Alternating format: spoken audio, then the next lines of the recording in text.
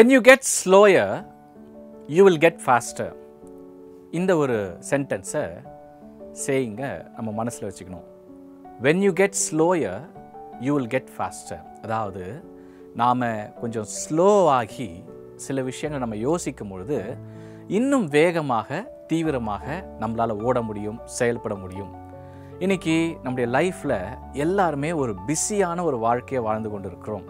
எல்லாருமே எதற்குமே டைம் இல்லை, பேசுகிறதுக்கு டைம் இல்லை, சில விஷயங்களை செய்கிறதுக்கு டைம் இல்லை. எப்போவுமே நாம் பிஸியாக இருக்கிறோம். நாம் செய்கிற ரொம்ப பிஸியாக இருக்கிற செய்கிற நிறைய காரியங்கள்லாம் ப்ரொடக்டிவாக இருக்குதா அப்படின்றத நாம் அதிகமாக யோசித்து பார்ப்பது கிடையாது. சிக்னலில் இந்த ரெட்டு, க்ரீனு, ஆரஞ்சு இந்த சிக்னல் இருக்கிற மாதிரி அடிக்கடி நம்முடைய லைஃப்லேயும் நெல், யோசி, பிறகு செல் அப்படின்ற இந்த ஒரு விஷயம் இருக்கணும். அடிக்கடி நம்முடைய லைஃப்பில் கொஞ்சம் நேரம் நம்ம நின்று இந்த காரியங்கள்லாம் அலசி ஆராய்ந்து நாம் செய்கிற நிறைய விஷயங்களில் பிஸியாக இருந்து நாம் செய்கிற நிறைய காரியங்கள் எதெல்லாம் ப்ரொடக்டிவாக இருக்குது, எதெல்லாம் ப்ரொடக்டிவாக இல்லை அப்படின்றத யோசித்து செயல்பட வேண்டும். ஆனால் தான் பைபிளில் ஒரு வசனம் வருது அழகாக, என்னிடத்தில் கனி கொடாது இருக்கிற கொடி எதுவோ பிதாவானவர் அதை அறுத்து போடுகிறார்.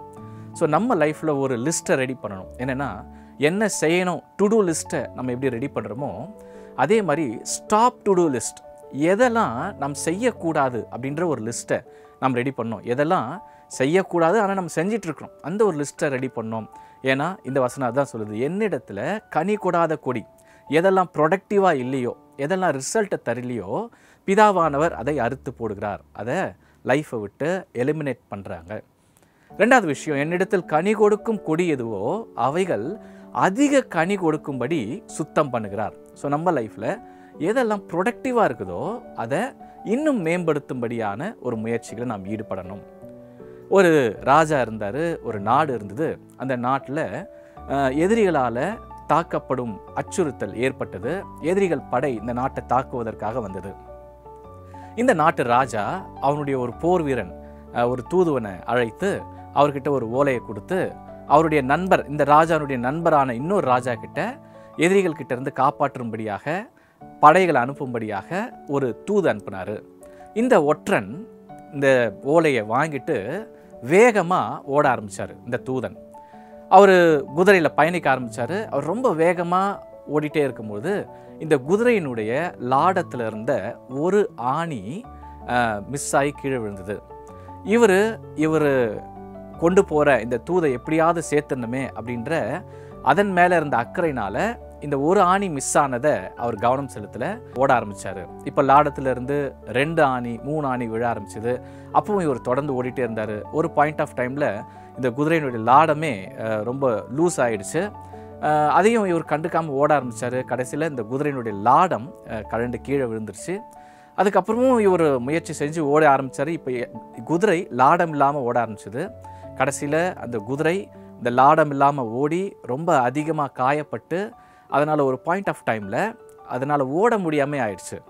அதுக்கப்புறம் அந்த குதிரையை அப்படியே விட்டுட்டு நடந்தே போயிட்டு இவர் அந்த தூதை எடுத்துகிட்டு போயிட்டு சேர்த்தார். இவர் அந்த ராஜா கிட்ட போயிட்டு அவர்கிட்ட இருந்து இந்த படை பலன்கள்லாம் பெற்றுக்கொண்டு திரும்பி வந்து அவர் பார்க்கும்பொழுது நாடே முழுமையாக அழிக்கப்பட்டிருந்தது. கொஞ்சம் யோசிச்சு பாருங்களேன். இந்த தூதனுக்கு ஒரு வாய்ப்பு கிடச்சிருந்தது. எப்போ அப்படின்னாக்கா, அந்த ஒரு ஆணி மிஸ் ஆச்சு இல்லைங்களா, ஒரு ஆணி மிஸ் ஆச்சு இல்லைங்களா, அந்த டைமில் நின்று அவர் யோசித்து அந்த ஒரு சின்ன விஷயத்தை சரிப்படுத்தி இருக்கும்போது, அதுதான் ஆரம்பத்தில் சொன்னேன், when you get slower you will get faster. அவர் நின்று அந்த ஒரு விஷயத்தை சரி பண்ணி இருக்கும்போது இன்னும் வேகமாக அவர் ஓடி போயிட்டு அந்த நண்பரான ராஜா கிட்ட இருந்து படைபலன்களை கொண்டு வந்திருக்கலாம். ஆனால் அவர் நிற்கிறதுக்கு கூட நேரம் இல்லாமல் பிஸியாக ஓடினதனுடைய விளைவு தன்னுடைய நாடே அழிக்கப்பட்டது. இன்றைக்கி யோசிச்சு பாருங்கள், அதான் பைபிள் சொல்லுது, நம்மை நாமே நிதானித்து அறிந்தால் நியாயம் தீர்க்கப்படும். ஆகவே நம்முடைய லைஃப்பில் நம்ம பிஸியாக ஓடுறோம். ஆனால் அடிக்கடி இந்த சிக்னல் பிரின்சிபல், நில், யோசி, பிறகு செல்.